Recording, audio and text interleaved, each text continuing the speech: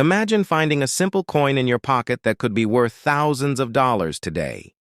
These 8 valuable U.S. coins look ordinary, but each one hides a shocking secret that could change your fortune forever.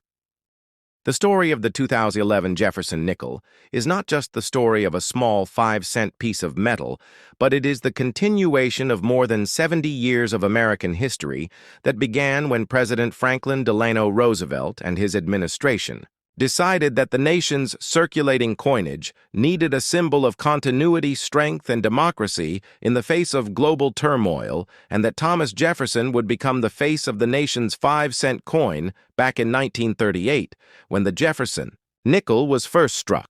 It replaced the Buffalo nickel, which had been in use since 1913, and by the time the United States Mint reached 2011, the design of the Jefferson nickel had already undergone major transformations, reflecting not only changes in artistic style but also in the political and cultural vision of America itself.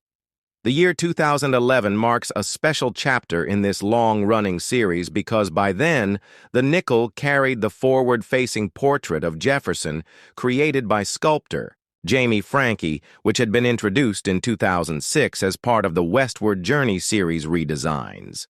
Jefferson is shown in a bold, realistic style, staring directly at the viewer with the simple inscription, "In God We Trust," and "Liberty" in script form beside his face. And this design was not a coincidence.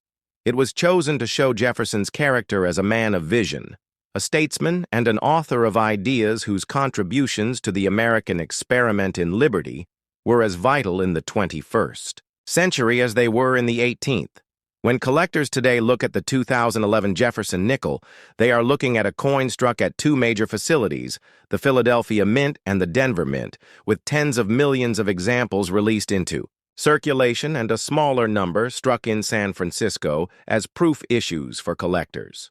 The proof versions stand apart with their mirrored fields and frosted devices struck multiple times to bring out every detail of Jefferson's portrait and Monticello on the reverse, and these coins remain highly sought after among modern collectors who prize deep cameo contrast and pristine condition. The 2011 nickel might at first appear to be an ordinary circulating coin of little numismatic interest. Yet in reality, it captures the continuing evolution of American coinage at a time when the Mint was experimenting with design innovations, new artistic approaches, and updated production techniques. It was also a time when the nation was grappling with the rising cost of producing the nickel itself, because by 2011, the metal content of the 5-cent coin actually cost more than 5 cents, meaning that each coin was produced at a loss to the government, sparking debates in Congress and the Treasury about whether to change the composition of the nickel away from its traditional copper-nickel alloy that had been used since 1866.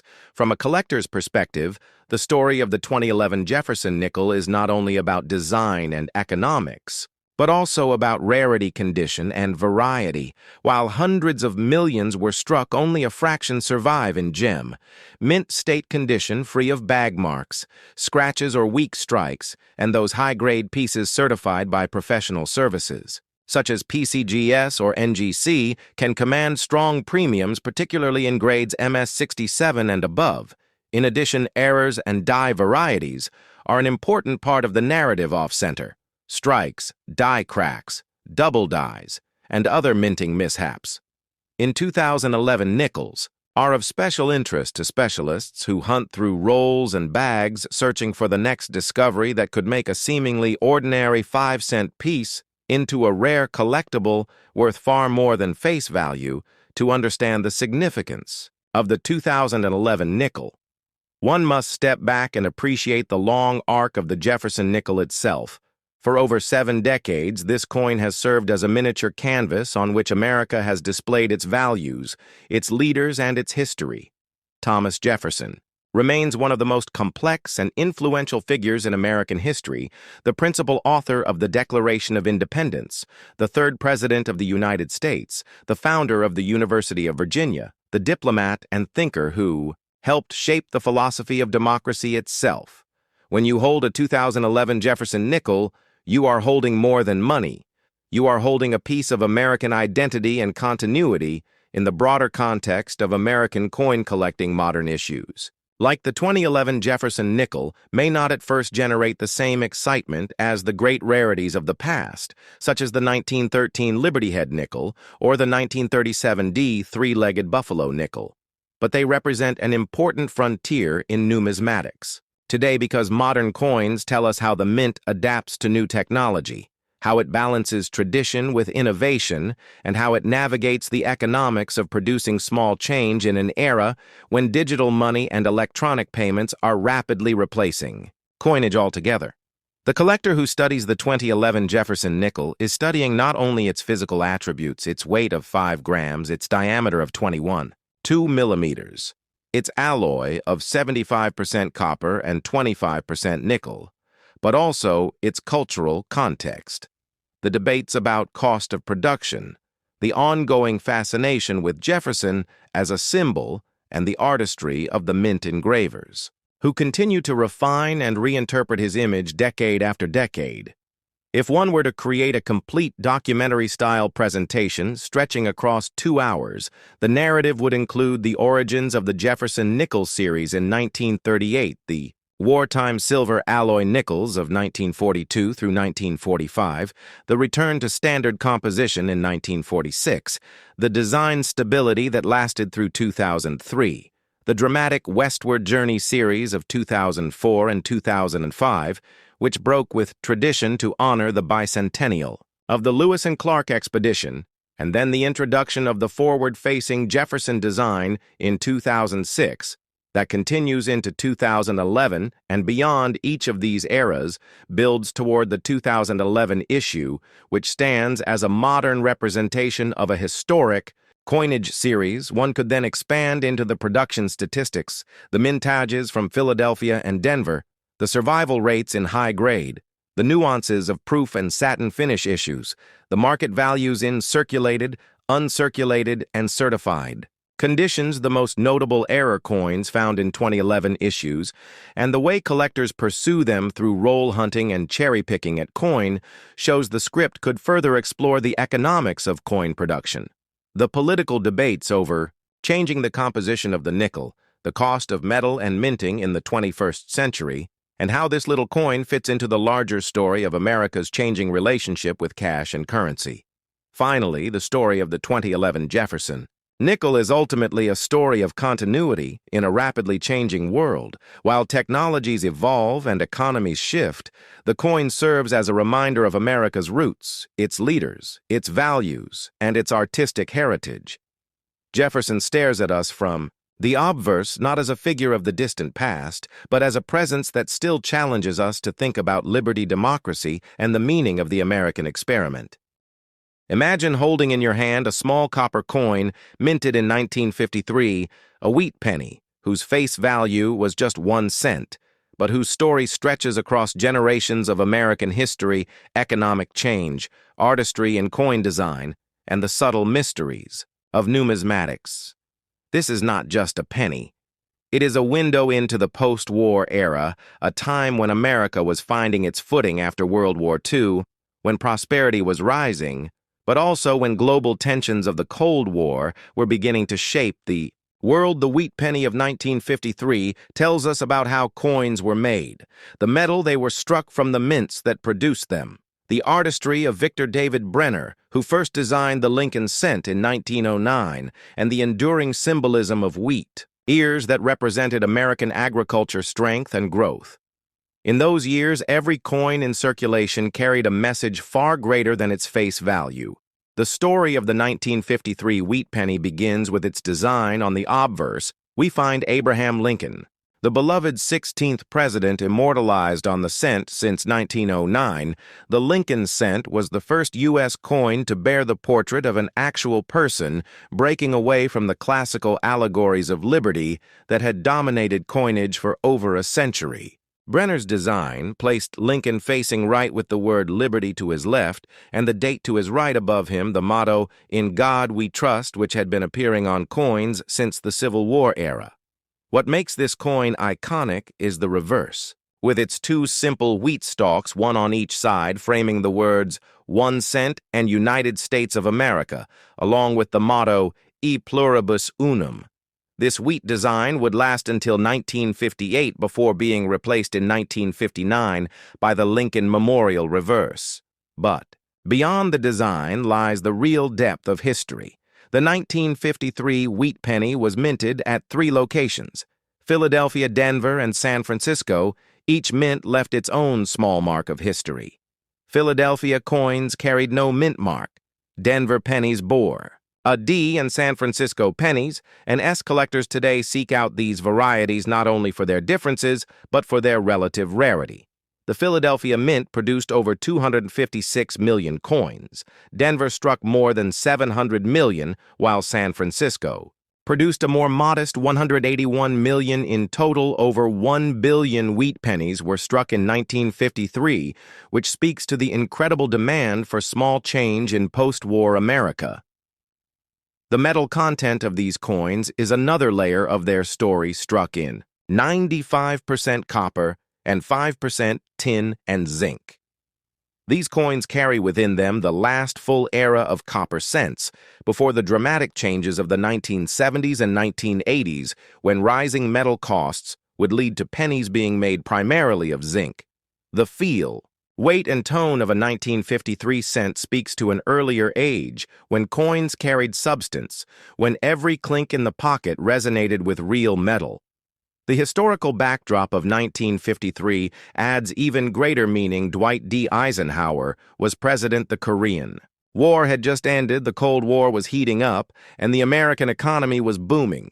Suburban expansion, consumer spending, and industrial growth were reshaping the nation.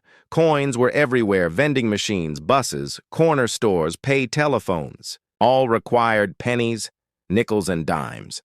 In those years, the penny still mattered. It could buy a stick of gum, a piece of candy, or contribute to a gallon of gasoline, costing just 29 cents.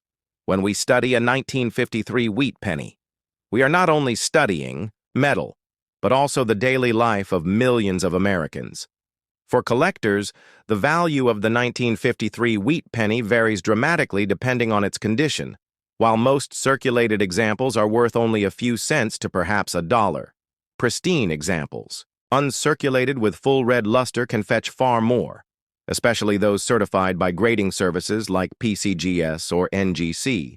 And then there are errors and varieties which make certain 1953 cents worth hundreds or even thousands of dollars: doubled dies, repunched mint marks off center strikes, or coins struck on the wrong planchets. All are treasures waiting to be discovered in rolls, jars, or family coin boxes. The artistry of the wheat penny design also invites deep reflection. The choice of wheat ears as the central motif was not accidental. In 1909, when Brenner created the design, the United States was still a largely agricultural nation. Wheat represented prosperity, nourishment, and growth. It was a symbol the average citizen could connect with. By 1953, though the country was shifting toward industrialization and urban living, yet the coin still carried that agricultural legacy, as if to remind Americans of their roots. As we dig deeper, we can look at the transition that followed just a few years later. In 1959, when the wheat reverse gave way to the Lincoln Memorial, this marked the 150th anniversary of Lincoln's birth and signaled a new direction in coin design. The 1953 wheat penny thus sits near the end of an era representing the last chapter of the beloved wheat design. Collectors cherish these coins not only for their copper glow, but for their place as one of the final wheat issues. Even more fascinating is how these coins circulated. They traveled in the pockets of soldiers returning from Korea, factory workers, suburban families, children saving coins in piggy banks. They were exchanged in diners, jukeboxes, laundromats, and corner stores. Every scratch and mark on a circulated 1953 penny tells a story of everyday American life. To truly appreciate the 1953 wheat penny, we must also consider the broader numismatic tradition. The Lincoln cent has been in continuous production for over a century, making it the longest-running coin design in U.S. history. When you Hold a 1953 cent. You are touching part of that legacy, part of a series that has endured longer than any other in American coinage history. This little coin connects us to art, politics, economics, and the ordinary lives of people decades ago. It teaches us how to see coins not just as money, but as historical documents, tiny works of art and enduring artifacts of culture for the collector, for the historian, for the curious soul. The 1953 wheat penny is a treasure not for its rarity alone, but for the story it carries from the heart of mid-century America. Imagine holding in your hand a simple 25-cent piece, struck in 1981, a Washington quarter, that for most people might seem like just pocket change, but in reality carries within it a story of American history, economics, artistry, and numismatic evolution that reaches far deeper than the metal itself. To understand the 1981 Washington quarter, we must first step back to the very origins of the Washington series, a coin born during the celebration of George Washington's bicentennial in 1932. When America sought to honor its first president in a manner that would last for generations, the Treasury decided to place Washington on the quarter dollar, replacing the standing Liberty design, and this moment marked the beginning of one of the most enduring coin series in United States history. For nearly 5 decades before 1981, the Washington quarter saw numerous changes in design minting techniques and metal composition, originally struck in 90% silver and 10% copper. The quarter transitioned to a clad copper-nickel composition in 1965, following the Coinage Act, a decision driven by rising silver prices and the need to preserve precious metals for industrial use. This shift made the Washington quarter of 1981 part of the so-called clad-era coins that represented modern minting efficiency rather than the traditional silver-based economy, but that does not mean the 1981 quarters are without interest. In fact, the story of these coins is fascinating. When viewed through the lens of mint production numbers, collector demand, historical context, and the hidden varieties that keep collectors searching through their change jars, the 1981 quarter was struck at 3 facilities: the Philadelphia Mint, the Denver Mint, and the San Francisco Mint. The Philadelphia coins bore no mint mark, as was customary. The Denver issues carried the D mint mark, while San Francisco produced both proof coins and collector versions with the S mint mark in 1981. These coins entered circulation at a time when inflation was impacting daily life, and the purchasing power of a quarter was already a fraction of what it had been only a decade earlier, yet the design remained steady. John Flanagan's portrait of George Washington on the obverse, with its neoclassical style, retained the aura of dignity that the mint had always intended, while the reverse continued to display the heraldic eagle with outstretched wings, an image of strength, national identity, and continuity. The mintages of 1981 are remarkable in their own right. Philadelphia struck hundreds of millions of quarters.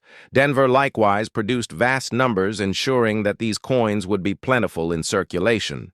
But where rarity and intrigue begin to emerge is with the proof issues and the quality of the strikes, because the 1981 proof sets included both Type 1 and Type 2 S mint marks, the first being a filled S and the second being a clearer, sharper S. Collectors often seek these varieties, and in the world of modern coin collecting, these differences create layers of value and desirability beyond the face value of the coin.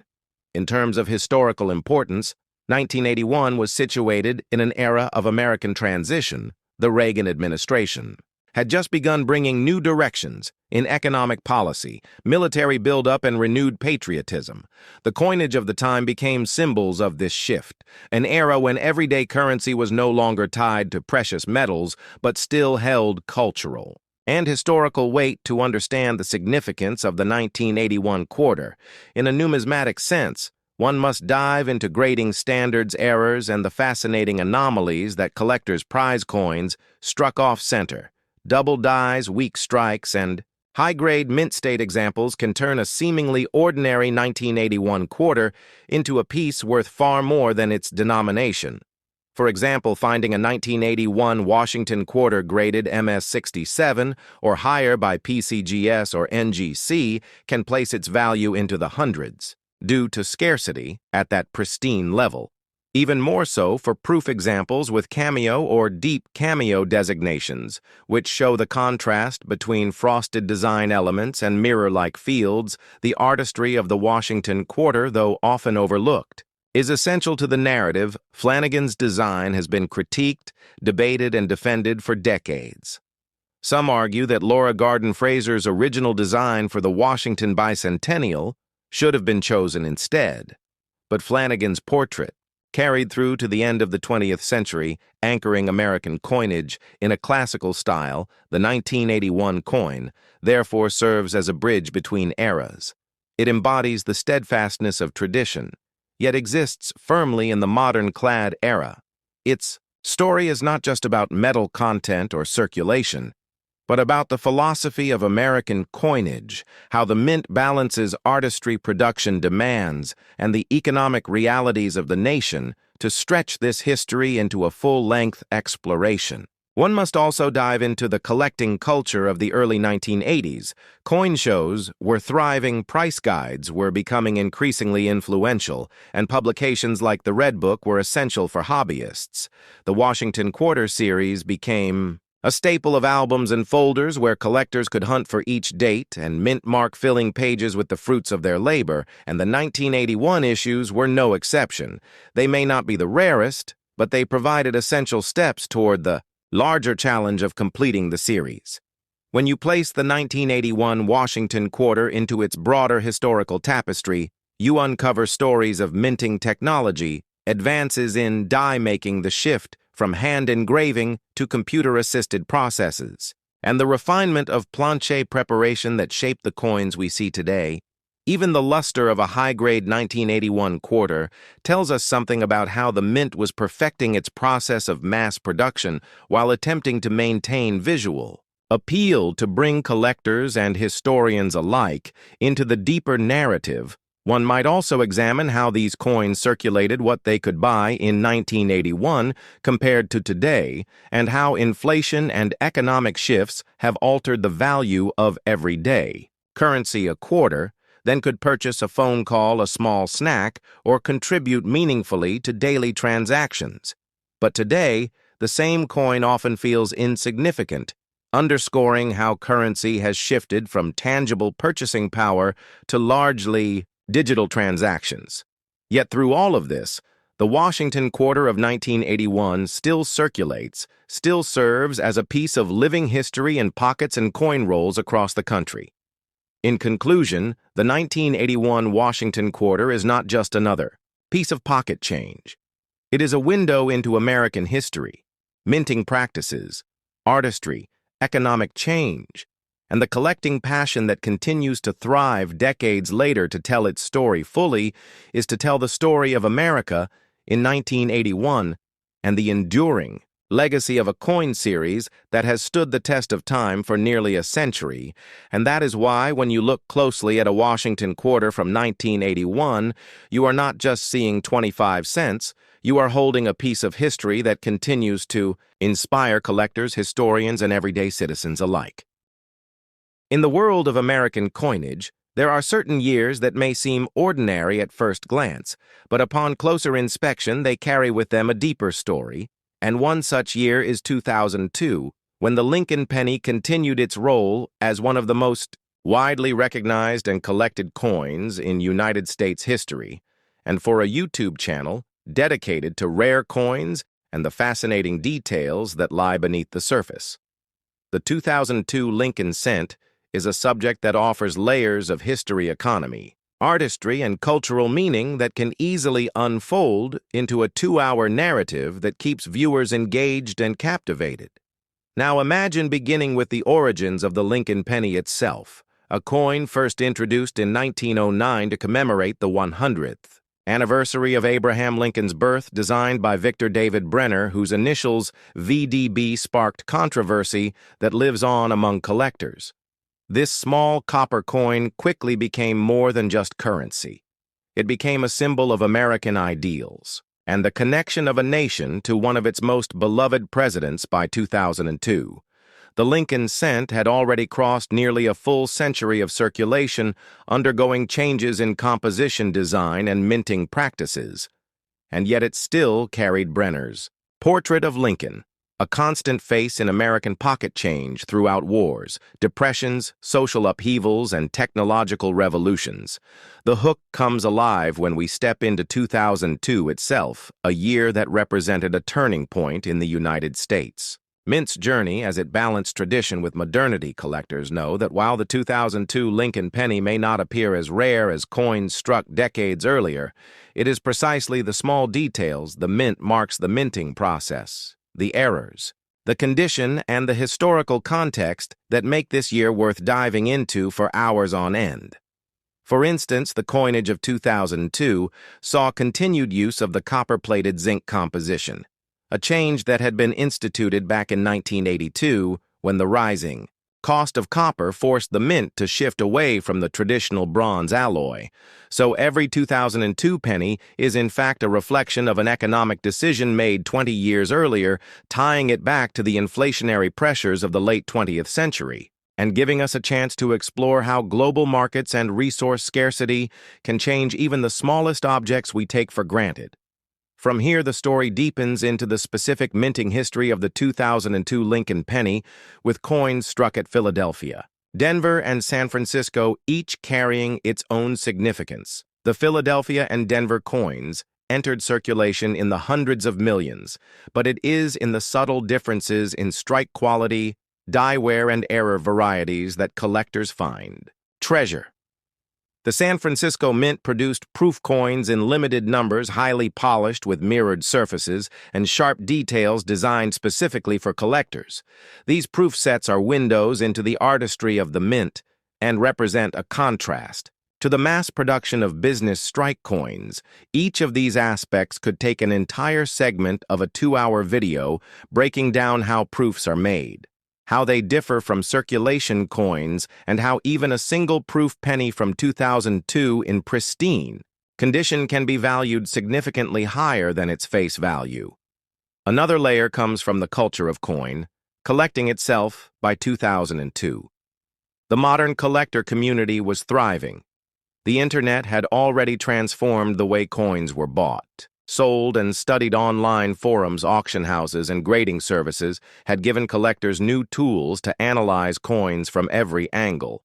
So the 2002 penny becomes part of a bigger narrative about how the digital age reshaped the ancient hobby of numismatics, tying a simple cent into the broader human story of technology, globalization, and culture. Of course, the heart of the hook comes when we explore the possibility of rare errors in the 2002 Lincoln cent: doubled, dies off, center strikes, clipped planchets, broad strikes, or coins struck on transitional planchets.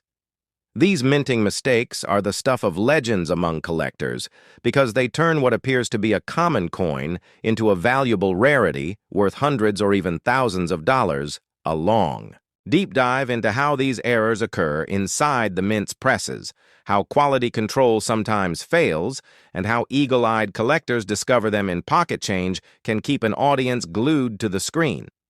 Finally, the story expands beyond just the coin itself to Abraham Lincoln's enduring image on American currency. Why has his portrait remained virtually unchanged for over a century? What does this say about his symbolic role in American identity? How does the Lincoln penny compare to other presidential coinage? And why does it continue to resonate, even in an era when many question whether the 1-cent piece should even remain in circulation? By threading these questions through the journey of the 2002 penny, you create not just a coin story, but a history lesson, an economic reflection, and a cultural exploration.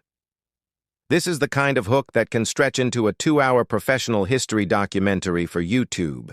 It begins with the roots of the Lincoln cent, travels through its economic transformations, dives into the specifics of 2002. Mintage explores mint marks, proof sets, and error coins, connects with the digital age of collecting, and circles back to the legacy of Abraham Lincoln himself, it promises viewers not just a lesson in numismatics, but a sweeping journey through American history told through the lens of a single coin. When you hold a coin in your hand, you are holding more than just a piece of metal. You are holding a silent witness to the time in which it was struck, a fragment of history, pressed into copper and zinc, and carried through millions of hands across the nation. And when we turn our attention to the Lincoln penny of 2002, we discover a coin that may appear ordinary to the casual observer. But to the careful student of numismatics, it is a coin that bridges nearly a century of tradition with the unfolding story of modern America. The 2002 Lincoln penny is more than just a cent. It is a reflection of a minting system that had already evolved through wars, economic crises, changes in technology, and debates about the very future of the 1-cent piece itself. This coin carries forward the legacy of a design born in 1909 when the United States celebrated the centennial of Abraham Lincoln's birth. Victor David Brenner's portrait of Lincoln was chosen not only to honor one of the nation's greatest leaders, but to mark the first time a president had ever appeared on a circulating American coin. That decision set the stage for a tradition that still continues today, and by 2002, nearly 100 years later, Brenner's vision of Lincoln remained untouched. On the obverse side of the penny, a symbol of consistency and reverence, while the reverse carried the image of the Lincoln Memorial, a design first introduced in 1959 to celebrate the 150th anniversary of Lincoln's birth. The hook for collectors lies in the fact that by the time 2002 arrived, the Lincoln cent was no longer the humble bronze coin it had been for most of the 20th century since 1982. The rising cost of copper had forced the mint to change its composition to copper-plated zinc, giving us a lighter coin with different wear characteristics and different toning patterns on its surface. So every 2002 penny is in fact the result of a compromise between tradition and economy, linking this small coin to the larger story of global resource markets, government policy, and the everyday economy of American life. And yet what makes 2002 truly fascinating is not just the coin itself, but the world in which it was born.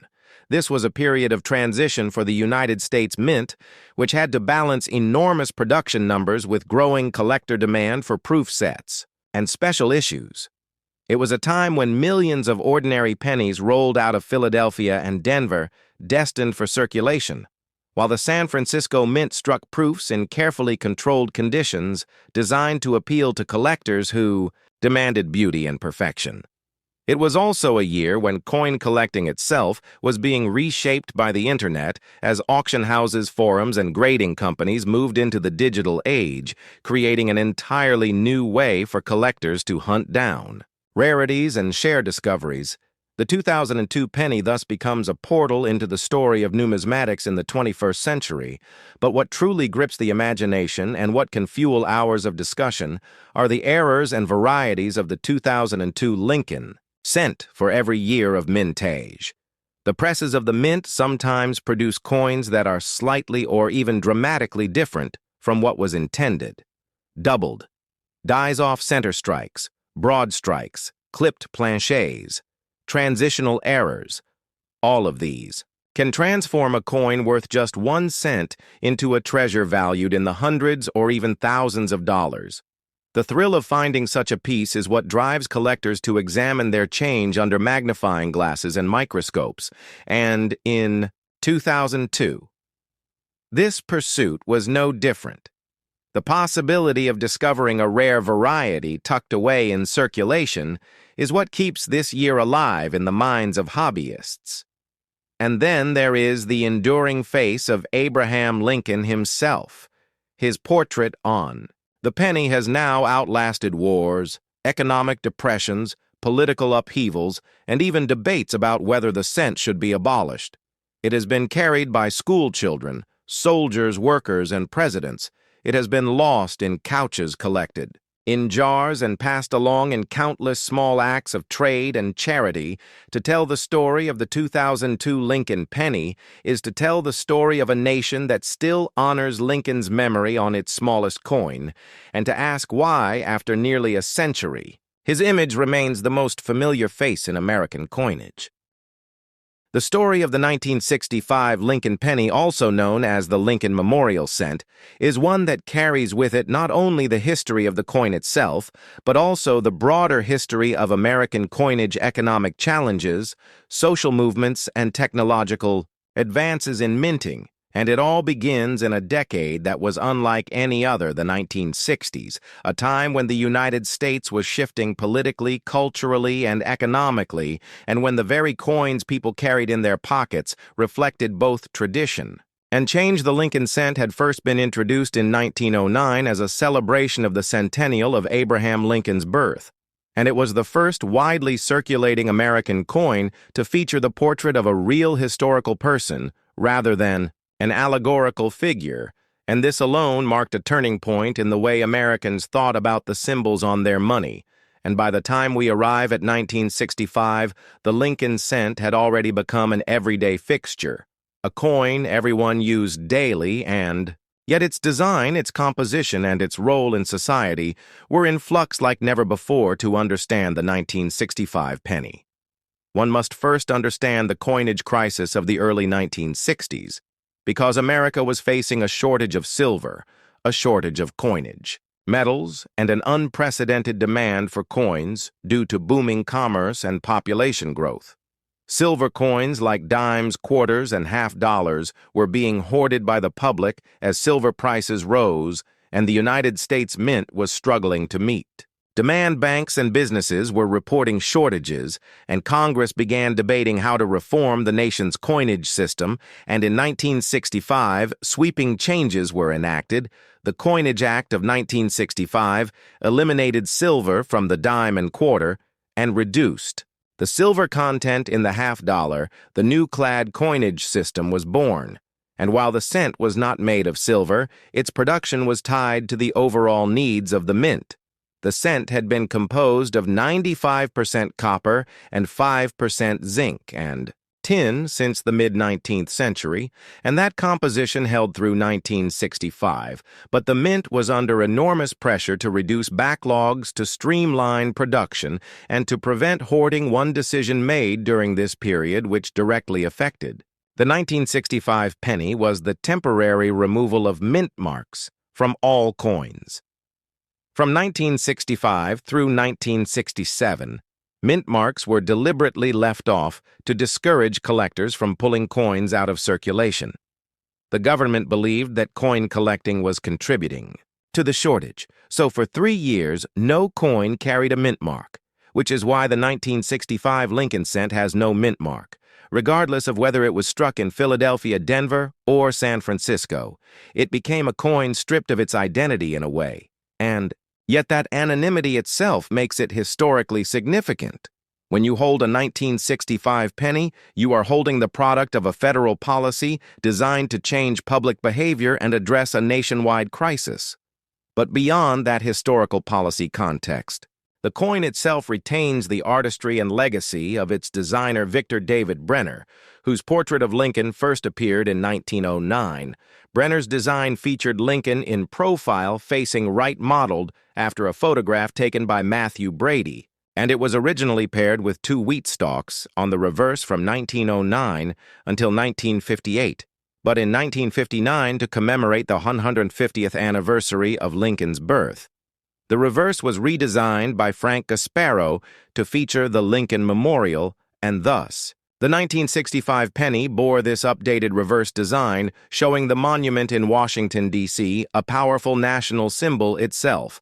The tiny statue of Lincoln can even be seen between the columns if one looks closely, making it one of the only circulating coins in the world to depict the same person on both the obverse and reverse. The technical specifications of the 1965 penny remained consistent with earlier years. It weighed 3.11 grams, had a diameter of 19 millimeters, and was struck in bronze, a mixture of copper, zinc, and tin. But what stands out is the mintage. The mint struck an astonishing 1.5 billion cents in 1965, making it one of the largest mintages of its time. Yet despite such high numbers, the penny of 1965 is far from worthless to collectors today, because condition varieties and historical context elevate its importance. One must remember that these coins were minted under the cloud of transition shortages. And experimentation in that backdrop makes high-grade examples, proof-like strikes and errors, especially desirable to numismatists. The proof coins of this era deserve special mention. The United States Mint had suspended traditional proof sets from 1965 to 1967, instead issuing what were called special mint sets. These sets were intended to reduce the strain on the mint, while still providing collectors with high-quality examples.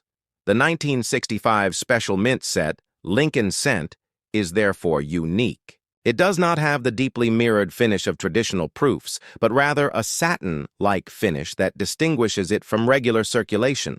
Strikes these coins are often collected as a separate category, and they embody the experimental spirit. Of mid-60s, coinage errors, too, are part of the legacy of the 1965 cent, with some examples showing striking errors off center strikes, die clashes, and doubled dies, each of which tells its own story of how a coin passed through the complex machinery of the mint and escaped quality control to land in the hands of an observant collector. And in the numismatic marketplace, such errors can transform an ordinary penny into a piece worth hundreds or even thousands of dollars beyond the technical details. Though the 1965 penny is a window into the social fabric of its time. This was the era of civil rights marches, the escalation of the Vietnam War, the Great Society programs, and the cultural upheavals that redefined what it meant to be American. Money was both a constant presence and a symbol of national identity, and at the very lowest denomination, the penny linked people of all walks of life, whether they were buying a newspaper, dropping a coin into a vending machine, or saving change. For their children's piggy banks, it connected them to the history of Lincoln, to the economic realities of the 1960s, and to the policies of the federal government in a way few other objects could. Examining the 1965 penny through this lens allows us to see how numismatics is not just the study of metal discs, but the study of history, economics, politics, and culture wrapped into one small object. When a collector today seeks out a 1965 Lincoln Cent, in uncirculated condition, perhaps graded MS-65 or higher, they are not just looking for perfection of strike or luster, they are seeking a tangible link to the past, a moment in history when the nation was navigating change, and the coinage reflected that tension. The Lincoln Cent has always been a people's coin, accessible to everyone, and yet capable of holding extraordinary value depending on condition, rarity, and errors, and the 1965 issue sits right in the middle of that tradition, abundant in raw numbers, but full of nuance in its details. As the decades passed, millions of 1965 pennies were worn down through circulation, others were lost to time, while still others were preserved intentionally or accidentally in roll sets or collections. Today, when we encounter one, we should not see it simply as a piece of copper, but as a story of American resilience and adaptation in coinage, the penny that was stripped of its mint mark during a national shortage, the penny that carried the image of a president who preserved the Union and the image of a memorial built to honor him, the penny that survived decades of circulation, and yet still invites us to look deeper into the fabric of American history. In the vast and fascinating history of American coinage, few pieces capture the quiet yet enduring significance of everyday money. Like the 1972 Roosevelt dime, a small silver-colored coin that most people have handled countless times without realizing. The depth of history design changes minting challenges and economic contexts that surround it to understand the true story of the 1972 dime. One must begin with the origins of the Roosevelt dime itself, created in 1946 to honor President Franklin Delano Roosevelt, the nation's only four-term president who led America through the Great Depression and the Second World War, and whose image was chosen for the dime not only for his towering leadership, but also because of his direct association with the March of Dimes, a charitable campaign launched to fight polio, the disease Roosevelt himself battled for much of his life. The dime, therefore, became more than just currency. It was a symbol of resilience, unity, and progress in the American story.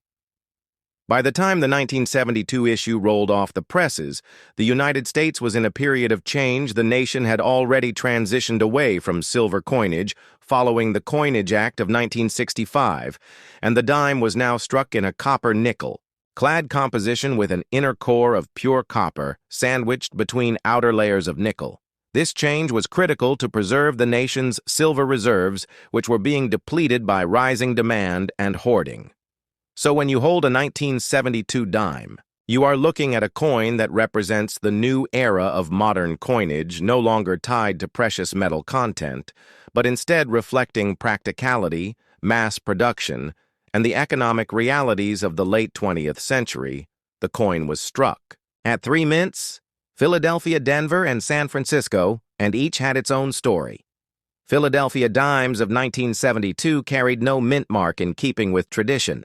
Denver issues bore the D mark and were produced in massive quantities, while the San Francisco mint focused primarily on proof coins, specially struck for collectors with mirrored fields and frosted designs, which today remain sought after by numismatists who appreciate their artistry beyond mint origins. The 1972 dime also reflects the intricate design work of John R. Sinnock, the chief engraver of the U.S. Mint, who first crafted Roosevelt's portrait in 1946. His initials J.S. appear at the base of Roosevelt's neck, and for decades a baseless rumor spread that those initials secretly represented Joseph Stalin. Such myths, though completely false, highlight how coinage often becomes the subject of cultural and political speculation, while the obverse presents Roosevelt's profile with the words, "Liberty and in God we trust," the reverse displays a torch symbolizing liberty, flanked by an olive branch for peace and an oak branch for strength, a timeless design that continues to this day. But the real history of the 1972 dime is not just in its design, it is in its role within the greater economic landscape of America during the early 70s. Inflation was climbing, wages were shifting, and yet the dime retained its essential place in daily life. Vending machines, payphones, laundromats, and everyday transactions relied on it. Millions of children carried it in their pockets to buy candy or gum, while adults used it for parking meters and countless small purchases, which means that beyond its metallic composition, the 1972 dime represents a tangible artifact of how Americans lived, worked, and moved through the world in that period. Collectors today study the 1972 dime, not for its silver content, but for its minting varieties and error coins, for example, dimes that were struck off-center, or those with doubling errors on the lettering can command significant premiums far above face value. The proof issues, particularly the deep cameo varieties with their sharp contrast between frosted devices and mirrored fields, are especially prized. The condition also matters enormously, since most dimes circulated heavily and became worn. High-grade uncirculated specimens graded MS-65 and above by professional services like PCGS or NGC can fetch strong prices, and thus the 1972 dime is both common in circulation, yet uncommon in pristine quality. It occupies a fascinating place where the ordinary intersects with the collectible, a reflection of how numismatics transforms small everyday objects into windows of history.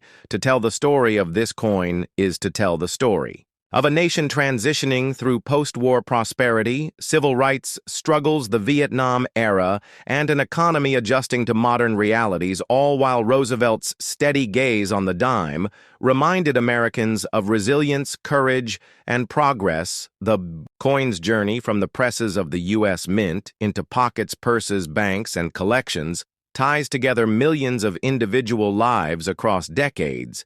It shows us how a 10-cent piece becomes not merely money, but a historical document preserved in metal for future generations who seek to understand their past. And so the 1972 Roosevelt dime is more than just a small coin.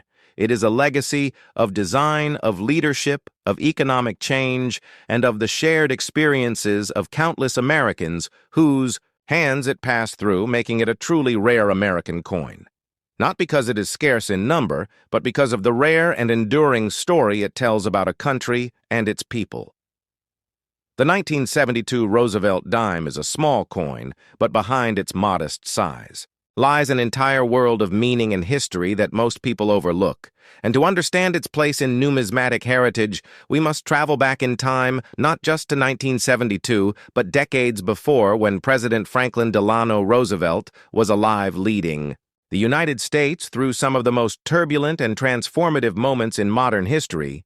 Roosevelt was elected to the presidency in 1932 at the height of the Great Depression, when millions of Americans were out of work, banks were collapsing, and confidence in the system was at an all-time low. His New Deal policies reshaped government intervention in the economy, providing relief to struggling families, reforming industries, and restoring hope. And for many, Roosevelt became a symbol of resilience. A man who, despite his battle with polio, stood tall as a leader when the country needed one most. And later, during the Second World War, his voice and steady guidance became a rallying point not only for Americans but also for allies. Across the world, when he passed away in 1945, the nation mourned deeply, and the Treasury Department quickly sought to honor him on the dime, not only because of his leadership, but also because of his personal connection to the March of Dimes campaign, which had raised money to fight polio, the very disease he had endured, thus in 1946. The Roosevelt dime was born carrying his profile on the obverse with the strong inscriptions, "Liberty and in God we trust," a coin that merged personal sacrifice with national memory. By the time 1972 arrived, the Roosevelt dime had already been in circulation for more than 25 years. And during that period, American coinage itself had undergone sweeping changes, the most important of which was the Coinage Act of 1965 that eliminated silver from circulating dimes and quarters prior to 1965. These coins contained 90% silver and 10% copper, making them valuable not just as money, but also for their bullion content as silver. Prices rose. The public began hoarding coins, and the mint could not keep up with demand, leading Congress to act and switch the dime to a clad composition beginning in 1965.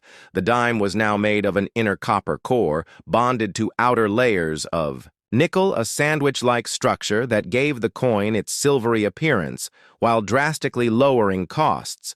So when collectors today study a 1972 dime, they are looking at a coin that belongs firmly to this modern clad era, no longer tied to precious metal, but representing efficiency, durability, and mass production suitable for an America that was expanding rapidly, both economically and demographically.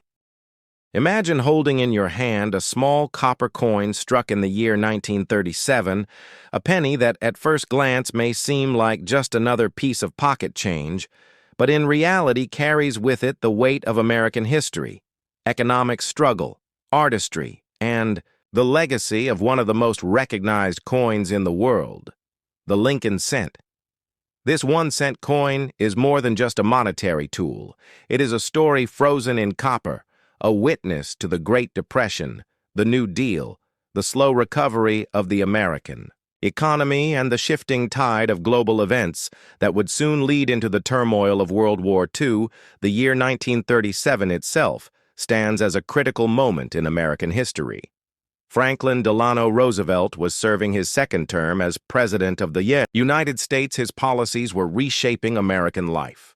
Unemployment was still high, but signs of growth and recovery were beginning to appear. Factories were slowly returning to full production. Farmers were still battling low prices. And yet, the nation was beginning to stand on stronger legs. And all the while, coins like the 1937 penny were passing through the hands of millions of Americans, each transaction carrying with it a piece of the story of resilience and hope. The 1937 Lincoln wheat, Penny was part of a series first introduced in 1909 to honor the centennial birth of Abraham Lincoln. It was the very first time a real person, not a symbolic figure like Liberty, appeared on a regularly circulating U.S. coin, and it was chosen to celebrate one of the most revered figures in American history. President Abraham Lincoln, who preserved the Union during the Civil War and ended slavery in the United States. The obverse design of the coin featured the bust of Lincoln created by Victor David Brenner, a Lithuanian immigrant whose artistry left a permanent mark on American coinage, with the words, "In God We Trust," boldly arching above his head, the word liberty to the left, and the date, 1937, struck clearly on the right side. Beneath Lincoln's chin, just below that date depending on where the coin was minted, you may also see a mint mark such as D for Denver, or S for San Francisco, or no mark at all indicating it was produced at the Philadelphia Mint on the reverse side of the coin. The design carried 2 stalks of wheat flanking the words 1 cent United States of America, and above them the familiar phrase E pluribus unum, which translates to out of many one, a symbolic reminder of the unity of the nation. The wheat design was a tribute to America's agricultural foundation, the farmers who fed the country through hard times and prosperity alike, and it gave the penny the common name wheat cent, or wheat penny the 1937. Wheat penny, therefore, is not simply a small copper coin, but a cultural artifact linking Americans to their roots in farming, to the ideals of Lincoln, and to the resilience of a nation emerging from the economic devastation of the Great Depression. The mintage numbers for the 1937 penny were substantial, but each mint location told its own story. In Philadelphia, more than 309 million coins were struck, while Denver produced over 50 million, and San Francisco added around 34 million. The high mintage means these coins were common in circulation, and most people at the time never considered them rare or collectible. They were simply money used to buy a loaf of bread, a newspaper, or a gallon of gasoline.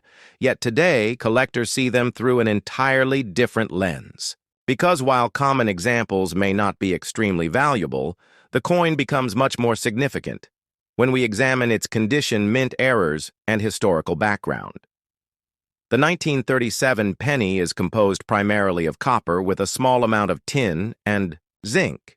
And because of this composition, the coin develops a natural patina over time. Some remain bright red if well preserved, while others tone into brown or deep chocolate shades. Numismatists categorize these colors into red, brown, and brown, with full red examples being the most desirable since copper coins oxidize quickly, finding a true bright red. 1937 penny is uncommon and highly collectible, especially in higher uncirculated grades.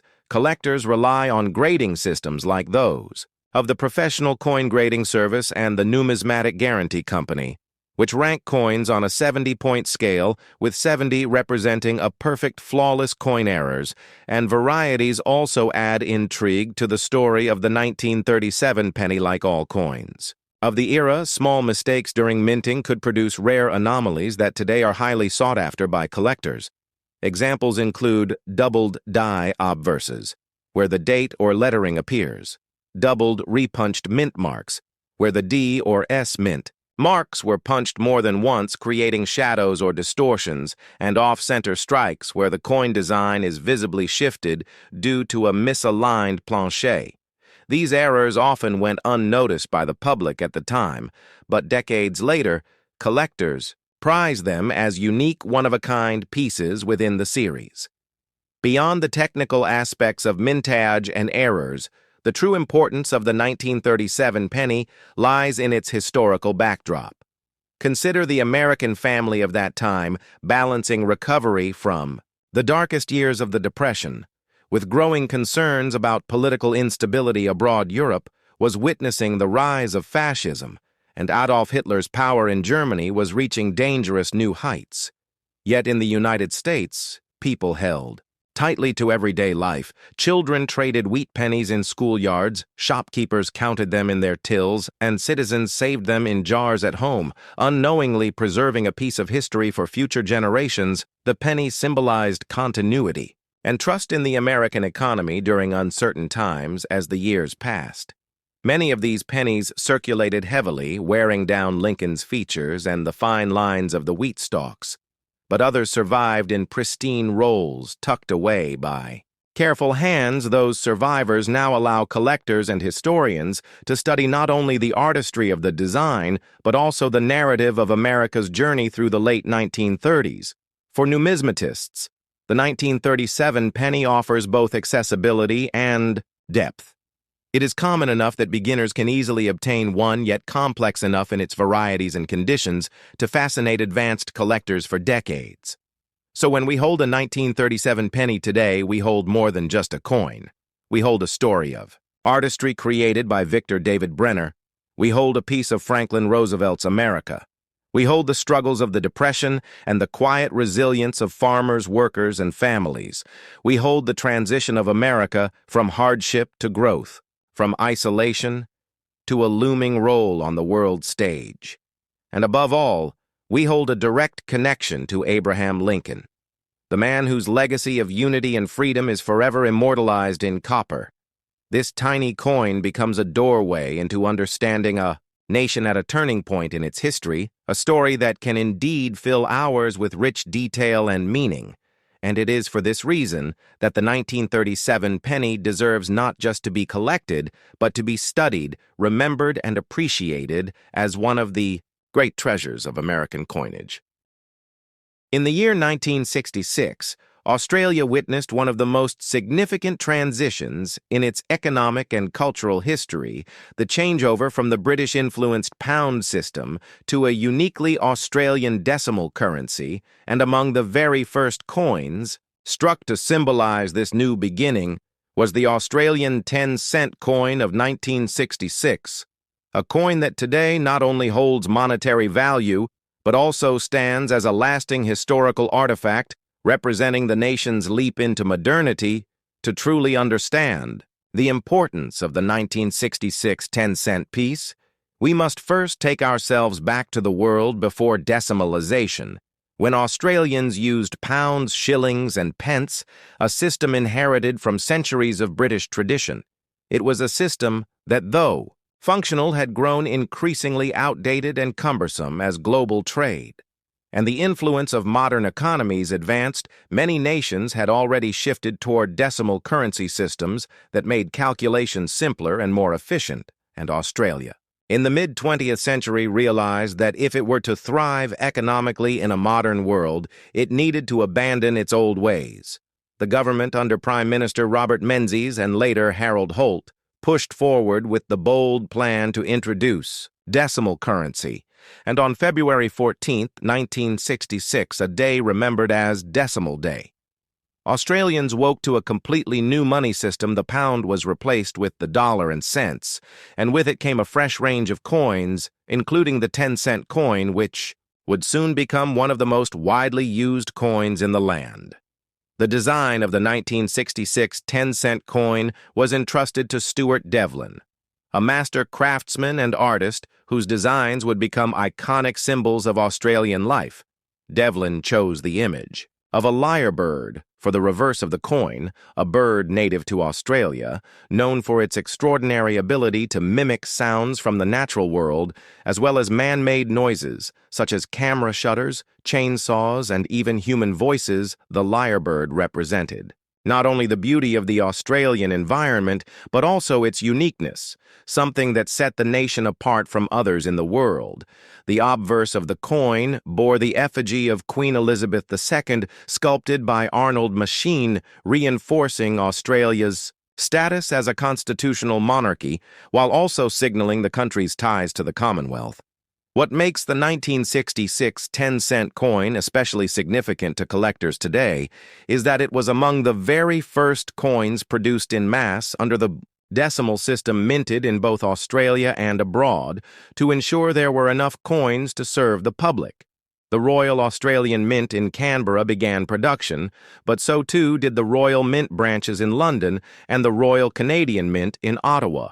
To meet the enormous demand, the sheer volume of coins struck in 1966 was staggering: over 30 million pieces from London, over 20 million from Ottawa, and hundreds of millions from the Canberra Mint in total. More than 200 million 10-cent coins were produced in that very first year. But within this vast mintage lies the intrigue, the rarity, and the stories that excite numismatists around the world. Because not all 1966 10-cent coins are equal collectors. Today are fascinated by small variations, mint marks, and striking errors that transform what was once a simple pocket change coin into a rare and valuable piece of history. One of the most famous aspects of the 1966 10-cent is the matter of distinguishing where it was minted. While no official mint marks were placed on the coins, experts and collectors have learned to identify London strikes, Ottawa strikes, and Canberra strikes through careful study of details, such as the shape of the numbers, the sharpness of the lettering, and subtle differences in die preparation. These distinctions make collecting the 1966 series a rewarding challenge for those with sharp eyes and deep interest beyond the mint origins. Error. Coins from 1966 have become especially prized. Examples include misstrikes, double strikes, and off-center pieces, each of which reveals the imperfections of mass production at a time when machinery was being pushed to its limits to meet national demand. Another layer of fascination comes from the broader context. Of the time, Australia in 1966 was stepping out of the shadows of its colonial past and seeking its own identity. The very decision to introduce decimal currency reflected the desire for independence, efficiency, and a uniquely Australian system of commerce. The 10-cent coin thus became not just money, but a marker of cultural transformation for millions of people. Imagine the Australian citizen of 1966 reaching into their pocket and pulling out shiny new coins for the first time. Instead of shillings and florins, they now held coins denominated in cents, a system that was modern, international, and reflective of a young, confident country. This sense of national renewal was embedded in every coin that changed hands. The lyrebird itself was a brilliant choice of symbol for the new era, a creature so distinctly Australian that it could not be mistaken for anything else. Its intricate tail feathers and proud stance communicated beauty, resilience, and uniqueness, qualities that Australians of the 1960s were proud to embody today, more than half a century later. The 1966 Australian 10-cent coin continues to circulate. Albeit in smaller numbers, many have been worn smooth from decades of use. Others have been preserved carefully by collectors, and still others have found their way into auction houses, where rare varieties can command prices far above their face value. Numismatists study the coin not only for its collectible worth, but also for what it tells us about the era, the politics, the technology, and the culture of a nation in transition. One cannot ignore the technical aspects of the coin, either struck in copper-nickel alloy measuring 23.6 millimeters in diameter and weighing 5.65 grams. It was designed to last, and indeed many examples from 1966 remain in remarkably good condition. The durability of the coin is a testament to the quality of Australian minting practices at the time, and to the foresight of those who understood that these coins would need to withstand generations of handling. For the historian, the 1966 10-cent is a gateway into the story of decimalization, the intense public education campaigns, the jingles, broadcast on radios and televisions, teaching Australians how to convert shillings to cents, the debates among politicians, the technical challenges of producing hundreds of millions of coins, and the excitement and confusion of everyday Australians. As they navigated the new system for the collector, the 1966 10-cent is a foundation piece. It is a starting point for a journey into Australian numismatics and an essential coin for any serious collection. Its varieties, its errors, and its historical Context make it endlessly fascinating, and for the general public it is a symbol of a time when Australia made a bold leap forward, embracing change while honoring its traditions in the image of the monarch. The 1966 10-cent coin then is not just a piece of metal. It is a story, a history lesson, and a cultural artifact, all rolled into one, from the bustling minting floors of Canberra, London, and Ottawa to the pockets of millions of Australians, from the debates in Parliament to the jingles on the radio, from the intricate lines of the lyrebird's tail feathers to the quiet dignity of Queen Elizabeth's portrait. This coin carries within it the voices of a generation and the spirit of a nation in transformation. Imagine holding in your hand a coin that does not just represent 50 cents of American money, but a true piece of national history. A silver $50 minted in the year 1948, a year that stood at the crossroads of post-war recovery, economic growth, and cultural transformation. The 1948 $50 is not just a coin. It is a window into a time when the United States was reshaping itself into a world power after the devastation of World War II, and when its people were entering a new age of prosperity and optimism.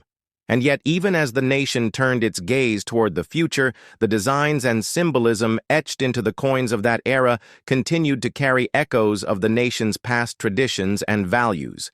And that is why the 1948 $50 stands as a fascinating treasure, not only for collectors but also for historians, economists, and anyone who wants to understand the story of America through its money. The 1948 $50 belongs to the Franklin $50 series, which was introduced that very year. It marked a historic moment in United States coinage, because for the first time a founding father, other than a president, was placed on the obverse of a circulating coin. The choice of Benjamin Franklin was deliberate, and it reflected the admiration many Americans held for Franklin as a symbol of ingenuity, wisdom, independence, and civic virtue. Chief engraver John R. Sinek of the U.S. Mint designed the coin drawing from sketches and models that he had been developing.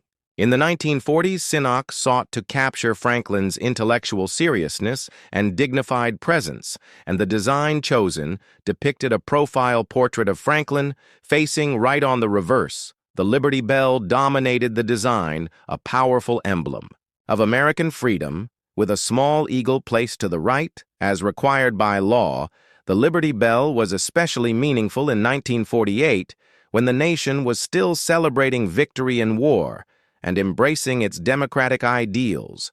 The release of the 1948 Franklin $50 was a major departure from the Walking Liberty $50 designed by Adolph A. Weinman, which had circulated from 1916 to 1947. The Walking Liberty design was widely considered one of the most beautiful in American coinage, with its image of Lady Liberty striding toward the rising sun draped in the American flag. Many collectors and ordinary Americans had grown attached to it, so when it was replaced by the Franklin $50, the change sparked considerable discussion. Some critics felt that the new design was too plain compared to the artistic grace of the Walking Liberty, but others praised the new coin for its symbolism and its straightforward strength. Franklin's face on the obverse and the Liberty Bell on the reverse gave the coin an air of seriousness that reflected the sober responsibility of the United States as the new leader of the free world. Minting began in 1948 at both the Philadelphia and Denver mints, with the Philadelphia issues carrying no mint mark, and the Denver issues marked with a D mint mark placed above the Liberty Bell on the reverse.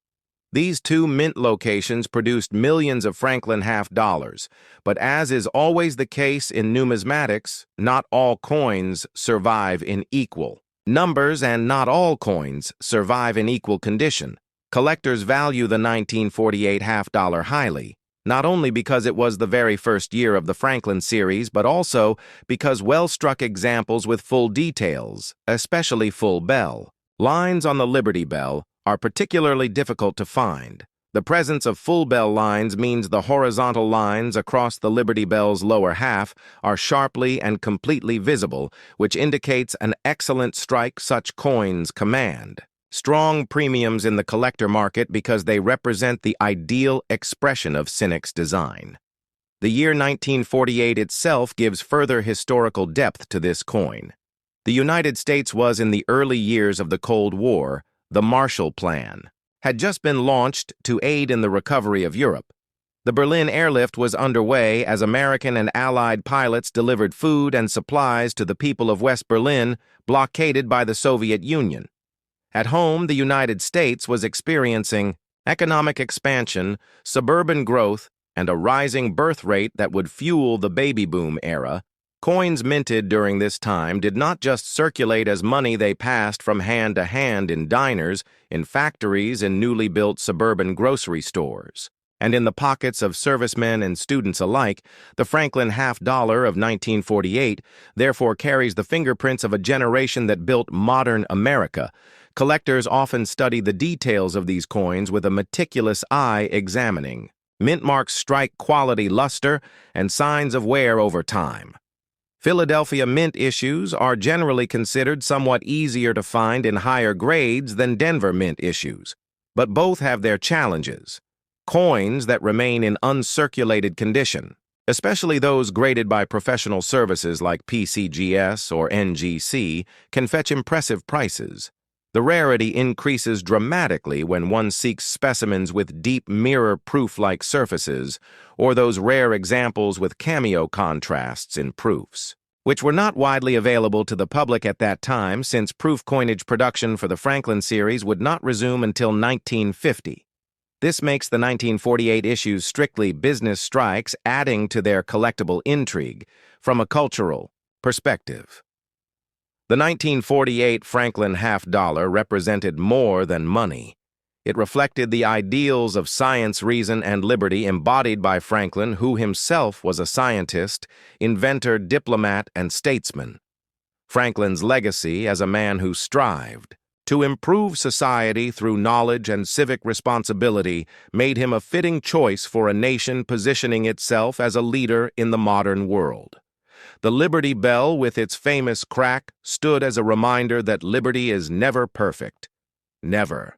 Without challenge, yet always enduring and always resonant with the American people. If we dive deeper into the economic context, silver content plays a crucial role. The 1948 half-dollar is composed of 90% silver and 10% copper, giving it an intrinsic value tied to precious metal markets beyond its face value. Throughout the decades, collectors and investors alike have valued these coins not just for their design and rarity, but also for their silver content during times of economic uncertainty. Silver coins, like the 1948 half-dollar, were often hoarded, melted, or traded as bullion, further reducing the number of high-grade survivors. This interplay between intrinsic value and collectible value makes the 1948 half-dollar an especially fascinating study in the world of rare coins. The story of this coin does not end with its release. It is also tied to the evolution of American numismatics. The Franklin half-dollar series ran from 1948 to 1963, ending only with the tragic assassination of John F. Kennedy, after which the Kennedy half-dollar was introduced. Franklin halves therefore represent a unique transitional chapter in U.S. coinage history. They are the last half-dollar series struck entirely in 90% silver for circulation, and they serve as a bridge between the artistic coinage of the early 20th century and the modern commemorative era beginning in the 1960s. So when you hold or study a 1948 Franklin half-dollar, you are not simply examining a coin, you are touching a story that spans centuries. You are looking at the face of one of the most brilliant minds in American history. You are tracing the lines of the Liberty Bell, a symbol that has rung across generations.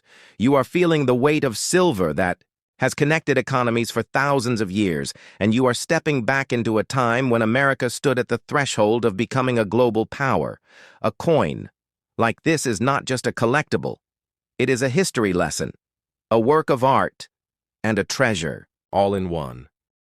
When we look at the Lincoln penny, the year 2008 holds a unique and almost overlooked place in the history of American coinage because it represents the very last year of the original Lincoln Memorial reverse design, which had been introduced in 1959 to mark the 150th anniversary of Abraham Lincoln's birth, for almost 5 decades. The memorial reverse was one of the most familiar and recognizable images on American currency, a design seen in millions of hands every single day.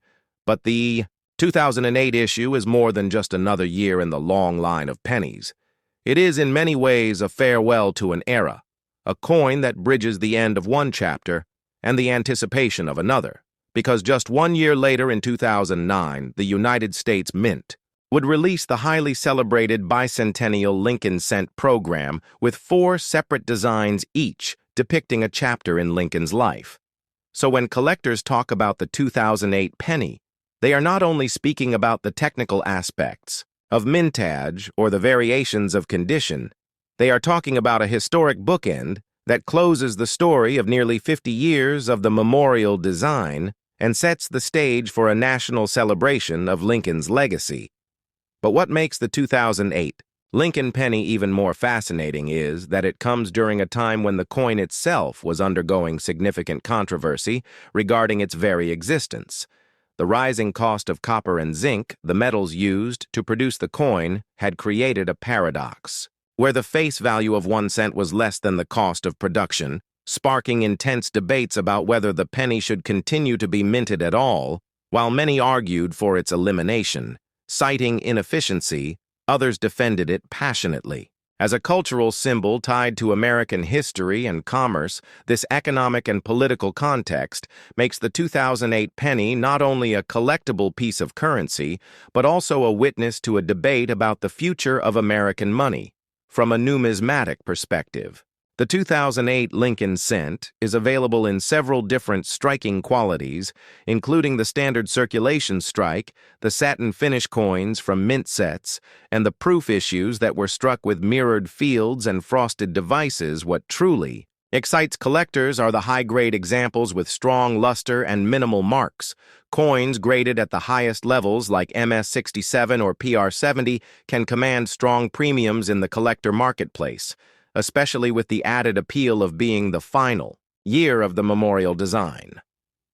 Furthermore, the Philadelphia and Denver mints each produced their own versions, and although no major recognized design varieties occurred in 2008, there remain die variations, errors, and striking anomalies that make the hunt for rare examples exciting for the numismatist. It is also worth noting that the design itself has layers of symbolism. The obverse portrait of Abraham Lincoln, created by Victor David Brenner in 1909, is one of the longest-running coin portraits in United States history, and by 2008 it had already been on the penny for nearly a full century. The reverse design with the Lincoln Memorial created by Frank Gasparro was more than just an architectural rendering. It was symbolic of the enduring respect the nation held for Lincoln's leadership and sacrifice. And when you hold a 2008 penny, you are holding not just a coin, but a summation of American memory, art history, politics, and culture condensed into copper-plated zinc collectors also. Know that in the world of coins, timing is everything, and the 2008 penny sits at a fascinating crossroads.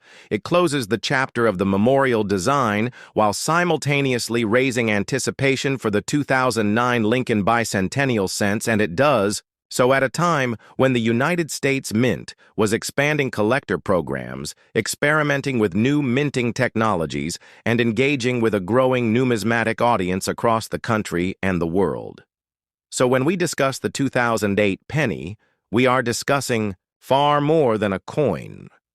We are talking about a symbol of transition, an object that captures the debates of its time, and a piece of American heritage that collectors cherish today. When you look at the humble Lincoln penny, it may seem like just another small copper-colored coin that passes through millions of hands every single day. But when we stop and focus on the year 2008, we uncover a fascinating story that is far greater than the 1 cent face value stamped upon it, because the 2008 Lincoln Penny marks the final chapter in the long-running era of the Lincoln Memorial design, a design that had dominated the reverse of the cent since 1959, and for nearly half a century, this design was one of the most familiar images in American coinage, instantly recognizable to every citizen young or old. And when we arrive at 2008, we are holding in our hands not simply a coin, but the closing words of a 50-year-long story of artistry, symbolism, history, and transition. Because after this year, the memorial design would disappear forever, replaced in 2009 with the celebrated bicentennial reverses that honored the 200th anniversary of Abraham Lincoln's birth. The 2008 penny is important because it stands as a bridge between eras. It is the last breath of a familiar design and the foreshadowing of great changes to come, and when we examine it closely, we see how it represents more than just the image of the 16th president on the obverse and the stately Lincoln Memorial on the reverse. It represents the debates of its time, the economics of its production, the artistry of its engravers, and the cultural identity of a nation that still sees Lincoln as a central figure of its story. And if you consider that 2008 was also a year of great economic turbulence in the United States, you begin to realize that the very penny itself was under scrutiny in ways that had never been so sharply discussed before, because the cost to produce a penny in 2008 had risen above its own face value, with the price of zinc and copper climbing, rapidly sparking heated discussions among politicians, economists, and citizens about whether the penny should be retired altogether. This debate added an unusual kind of weight to the 2008 penny, making it more than just a continuation of a design series. It became a controversial coin, one that carried in its small frame a question about the future of American coinage itself. And yet, despite all of this controversy, the coin continued to be struck by the millions at the Philadelphia and Denver mints, with proof issues and satin finish versions also produced for collectors. And while no dramatic new design varieties were introduced in that final year, the 2008 pennies hold a subtle power precisely because they represent the end of a monumental chapter. In the world of American coinage, few coins hold as much intrigue and historical fascination as the Washington quarter of 1966, a coin that was born in a decade of immense change, a coin that reflects not just the economic and political realities of its time, but also the evolving story of American culture. Collectors often pass by the 1966 Washington quarter without realizing that within its simple copper-nickel composition lies a chapter of history worth examining in depth, because the year 1966 was not an ordinary year for American coinage. It was a year when silver disappeared from our everyday money. It was a year when the United States Mint faced shortages, controversies, and a public demand for coins unlike ever before. The Washington quarter, which had been first introduced in 1932 to commemorate the 200th birthday of George Washington, was never just an ordinary piece of money. It symbolized leadership, strength, and continuity through generations. But by the mid-1960s, the coin was undergoing one of its most dramatic transformations in history because of the silver crisis and the rising demand for circulating coinage. The 1966 quarter was struck during what numismatists call the coin shortage era, a time when banks, grocery stores, gas stations, and everyday Americans were struggling to get enough coins for transactions. The shortage was so severe that people hoarded coins, believing that the silver content in older coins made them more valuable. Congress and the Mint scrambled for solutions, and the result was the historic Coinage Act of 1965, which eliminated silver from dimes and quarters and reduced it in half dollars. This single law changed the face of American money forever. And by 1966, the Washington quarter had transitioned fully into the copper-nickel-clad format, replacing the 90% silver quarters that had circulated for over 170 years. The 1966 quarter was therefore a pioneer. It was a representative of the new age of modern coinage, where intrinsic metal value would no longer dictate the worth of circulating currency. But to fully understand the history and importance of the 1966 quarter, one must look at the broader story of American coinage. In the 1960s, the mint was struggling to keep up with demand, partly because vending machines, jukeboxes, payphones, and parking meters all required coins for operation. In those days, the economy was booming. The baby boomer generation was coming of age, and the sheer volume of commerce meant billions of coins were needed each year in response to the crisis. The mint not only changed the composition of coins, but also suspended mint marks in 1965, 1966, and 1967 to discourage hoarding. This makes the 1966 Washington quarter unique because, unlike most other years, there were no visible mint marks on the coins struck at Philadelphia, and Denver collectors in later years would search in vain for a 1966 quarter with a D mint mark or an S proof, but none exist because the government intentionally withheld them. The design of the 1966 Washington quarter carried forward the familiar bust of George Washington on the obverse sculpted by John Flanagan, which had been used since the coin's debut in 1932 on the reverse. The majestic heraldic eagle, with spread wings clutching a bundle of arrows above two olive branches, remained a classic American symbol. This continuity of design, even during such a major composition shift, provided a sense of stability during a period when Americans were already experiencing turbulence in society. Politics and culture. The 1960s were the years of the Civil Rights Movement, the Vietnam War protests, and major social change. Yet through all of this, the quarter in one's pocket still bore the reassuring face of the nation's first president. From a numismatic perspective, the 1966 quarter presents fascinating details. Coin collectors often look for minting errors, varieties, and high-grade examples, since there were no proofs or mint sets struck in the traditional sense. Special mint sets were issued instead from the San Francisco facility in limited quantities. The 1966 special mint set quarters are highly collectible. Today, they feature a sharper strike and more refined finish than the business strike coins that circulated widely. Errors such as double dies, off-center strikes, and planche flaws also appear in the 1966 quarter series, and when discovered, they can fetch significant premiums in the coin market. The absence of silver content in the 1966 quarter means that, unlike its predecessors, it does not carry intrinsic bullion value, but its historical significance and role in the transition era give it lasting appeal to numismatists. The coin shortage crisis itself is a story worth telling because it was one of the few times in American history when the availability of coins became a national issue. Congress debated whether people were hoarding coins for speculation, whether vending machine companies had too much influence, and whether the mint could modernize fast enough to meet the demands of a rapidly changing society. The decision to remove silver from dimes and quarters was controversial at the time.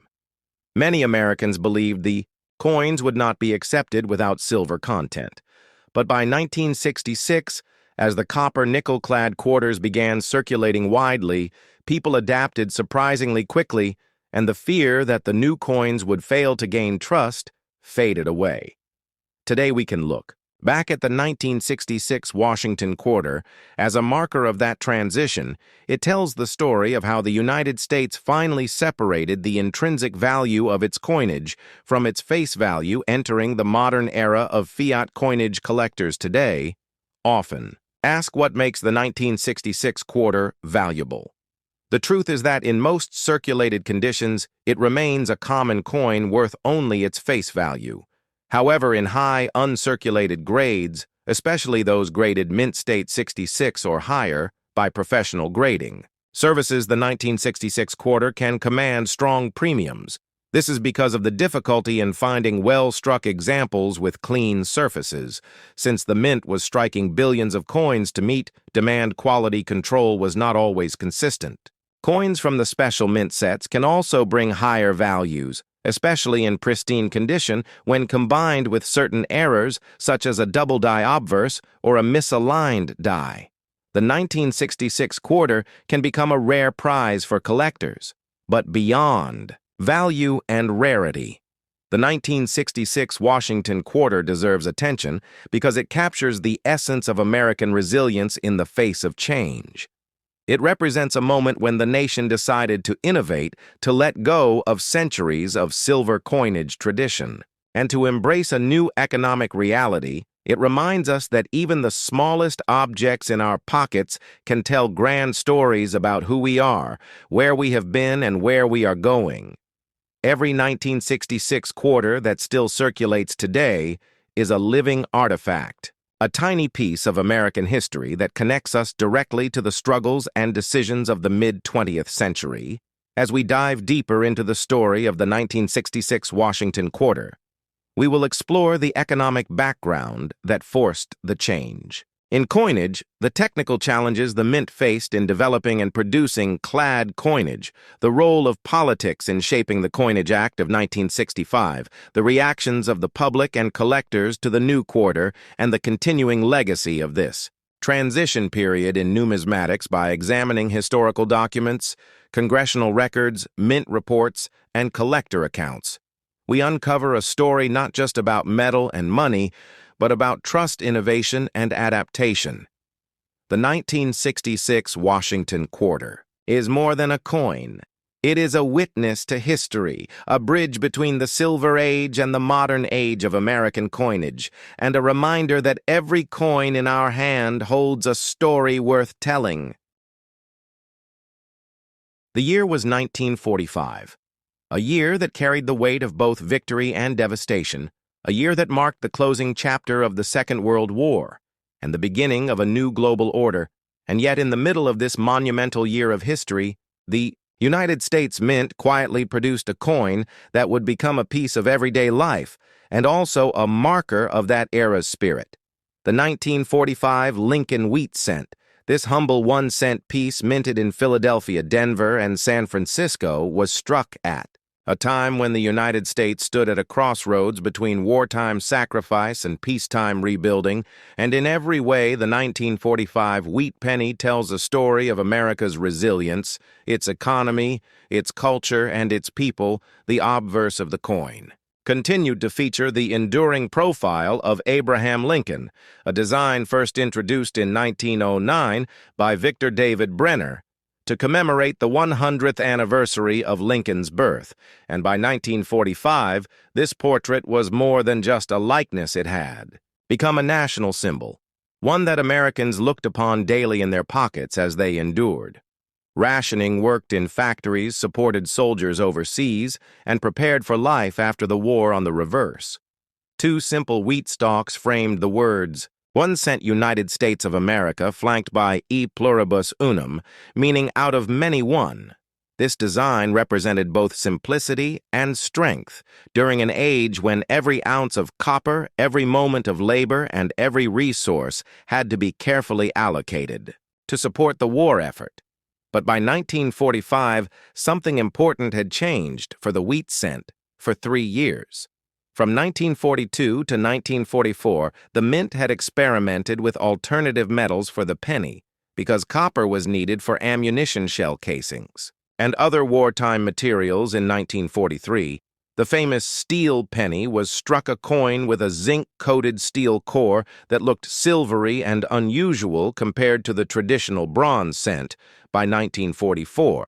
However, the mint returned to a primarily copper-based composition, using recycled shell casings from military stockpiles, and so the 1945 wheat penny belongs to that period of wartime and post-wartime metallurgy. It is composed of 95% copper and 5% tin and zinc, though in reality, most 1945 cents were closer to being 95% copper and 5% zinc. Because tin supplies were extremely limited, this detail matters because collectors today can trace how the war not only changed the appearance of coins, but also their physical makeup. And when you hold a 1945 wheat cent, you are holding a coin whose copper may have once been a shell casing used on the battlefield, reminding us that even the smallest coin carried within it the echoes of global conflict, the mintage figures of the 1945. Penny also tell us a great deal about the time in Philadelphia.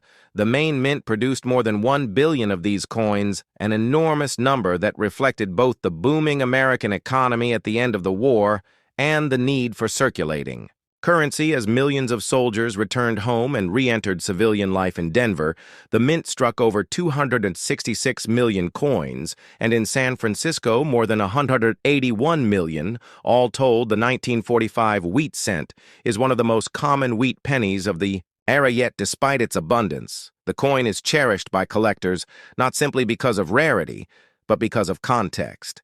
It stands as a snapshot of a single pivotal year. The year the war ended, the year the atomic age began, the year millions around the world breathed both relief and uncertainty. It is a coin that connects pocket change to world history. When we examine the Philadelphia issue, we find that the absence of a mint mark on the coin does not diminish its historical value. It is the sheer volume of Philadelphia's production that shows us the industrial might of the United States. During that period, the Denver issue carries the familiar D beneath the date, reminding us of the Rocky Mountain Mint that had become a powerhouse of wartime coinage production, while the San Francisco S marked coins tie us to the West Coast and to a mint facility that had been crucial not just in making coins, but in supplying the Pacific theater economy with currency. If we step back and consider the artistic side of the 1945 wheat cent, we see Victor David Brenner's design still crisp, still emblematic of early 20th century ideals. Brenner's Lincoln was not just a portrait, but a statement about democracy, integrity, and leadership. His initials VDB had caused controversy in 1909 when they were first placed on the reverse and later removed. But by 1945, collectors and the public alike had accepted his artistry as one of the most enduring in American numismatics. What makes the 1945 wheat penny even more fascinating is the way it circulated through everyday American life. Pennies like these paid for newspapers in the morning. They bought candy and soda for children. They dropped into jukeboxes at the local diner. They were stacked into rolls at banks across the nation. They found their way into church collection plates and soldiers' pockets, and for many families of the 1940s, these coins were a constant companion in a time of both hardship and hope. As the war ended in Europe in May of 1945, and in the Pacific in August of that year, coins like the 1945 wheat penny were spent in celebration, in mourning, and in rebuilding the everyday rhythm of life. The collector of today sees not just a common bronze coin, but an artifact of that time frame. Collectors also study the variations in strike quality between the mints. Philadelphia coins often display sharper details because of the higher mintages and fresher dyes. Denver and San Francisco issues sometimes show weaker strikes or differences in luster, but these small variations become significant in the hands of a numismatist who seeks to connect every detail of the coin to the history of its making errors. To play a role in the story of the 1945 wheat penny like doubled die, obverses, repunched mint marks, and off-center strikes, which can elevate an ordinary cent to a prized rarity within a collection. And here again the history deepens. For these errors were not merely accidents. They were the natural byproducts of a mint working at maximum capacity during an age of industrial strain, when the demands of production sometimes outpaced perfection. When you expand the lens further, you see that the 1945 wheat penny sits at the end of an era, because in just a few years, by 1959, the reverse design would change from the wheat ears to the Lincoln Memorial, reflecting a shift in both style and national identity. So this coin is part of the last great generation of wheat cents, which today are treasured for their link to a different America. To tell the story of the 1945 wheat penny is to tell the story of a nation at a turning point. And that is why collectors, historians, and everyday enthusiasts alike continue to search for these coins in circulation in estate sales and in old family jars. They are reminders that history is not only written in textbooks or in monuments, but in the smallest everyday objects that passed from hand to hand silently, recording the triumphs and tragedies of their time. The 1945 wheat penny is therefore more than a cent, more than copper, more than a design. It is a bridge between the hardships of war and the promise of peace, between the sacrifices of the greatest. Generation and the aspirations of those who came after it is a story you can hold between your fingers, a story of America at its most determined, most tested, and most triumphant.